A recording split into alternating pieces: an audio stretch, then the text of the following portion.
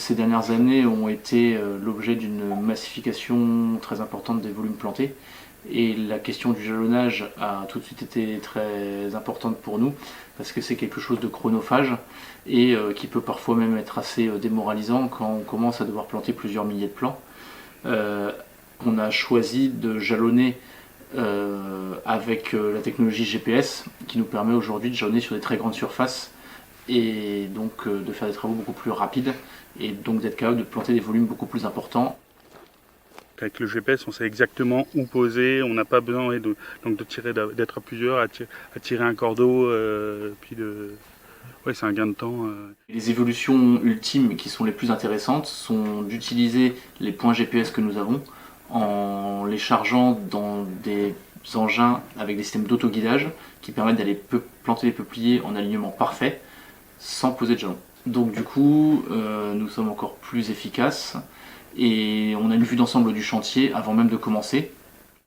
Donc l'intérêt du décompacter avec le GPS, c'est d'éviter un jalonnage manuel qui serait une perte de temps et un coût supplémentaire pour le travail effectué. Donc là nous avons un système GPS pour la plantation de peupliers.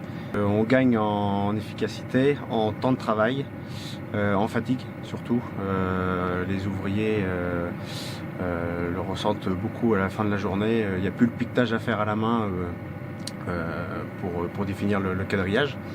Donc là j'arrive dans la parcelle, je fais le tour de ma parcelle pour lui donner les limites. Je lui donne un sens de plantation, les écartements à respecter selon l'ancienne plantation ou si c'est une nouvelle. Et après, je lance le GPS et puis on commence à planter.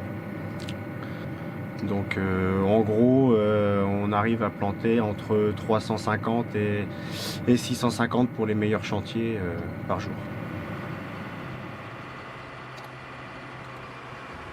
Ce tutoriel met en évidence l'intérêt de la technologie GPS, surtout pour gagner du temps et faciliter le travail, et pour la qualité d'implantation. 3 méthodes ont été abordées.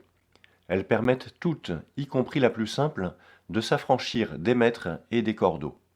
La seconde et la troisième évitent l'utilisation des jalons, car les données d'implantation sont dans l'engin. La troisième permet le tout en un, sans aucun passage au bureau ni jalon.